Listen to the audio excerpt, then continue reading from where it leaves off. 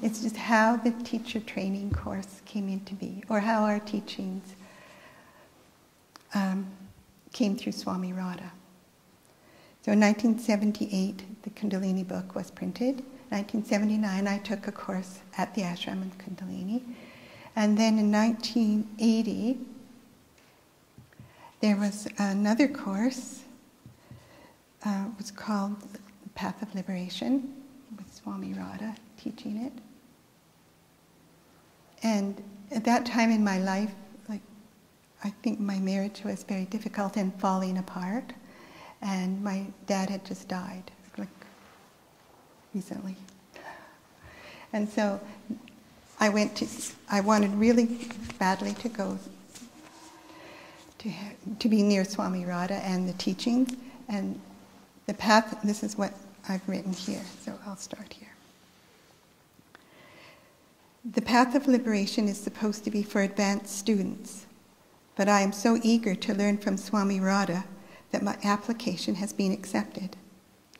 The first assignment Swami Radha gives us is to brainstorm mind and consciousness.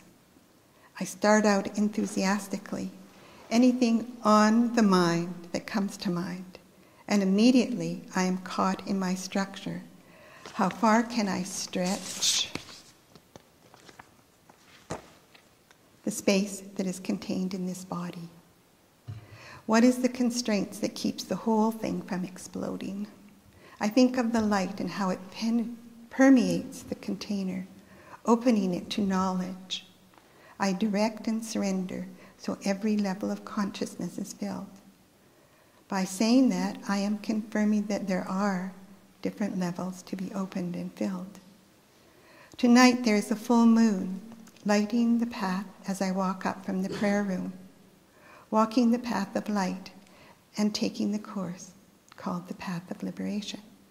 It seems the whole world is a mandala laid out for a purpose, to show me that I am receiving energy from one endless source. Swami Radha asks us to write about the symbols and the mantras of the first 3 chakras.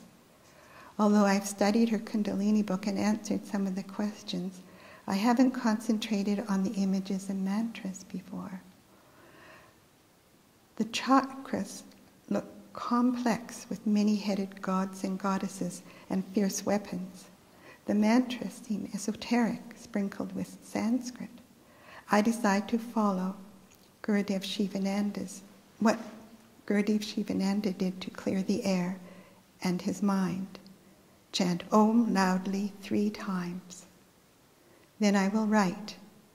I am willing or desperate enough to allow the process that seems to depend on some other dimension. Just letting in whatever is there come through. Sitting outside, overlooking the lake, I start the practice. As I do my first Oms, I hear a humming sound. I stop. A hummingbird is hovering right beside me, looking, attentive, pausing. A few years ago, a hummingbird outside my window was a messenger confirming my creativity. Now this hummingbird is even closer, no barriers. Is it hurt? Why does it stay so long? Suddenly, its wings are in action, fibrous, luminous, whirling straight ahead. What a start. Then I relaxed and trust this other level. Something else seems to come through, the messengers and the message. The next day, I hear that many of the experienced students had stayed up all night struggling to piece together their understanding of the Kundalini system with their lives. My reflections were more like poetry. I read them, then there is silence. The next evening, we reflect on the next 3 chakras and mantras, and again the flow of intuition. As the workshop progresses, I write down the strong feelings that are surfacing. I feel liberated. Singing body wants to explode with joy and light. Do not contain me in your wife and mother role. I am here to do divine work. I am your container for the light. Why squeeze and pain me? Crying, the rain runs out of my eyes.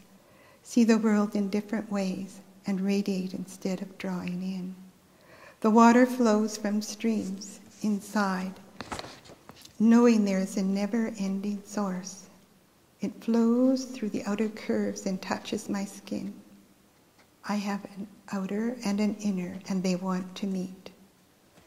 Patterns impressed upon my body, locks that need opening and flexibility. My life, a spiritual reality. Getting in touch with wisdom flowing from divine source, never ending. In that I put my trust. At the end of the workshop, Swami Radha asks me if I like Kundalini, and I say I do. She asks if I found it strange or strenuous. I say no, and I thank her. I review my notes, sifting through the ideas, feeling uplifted, and making connections.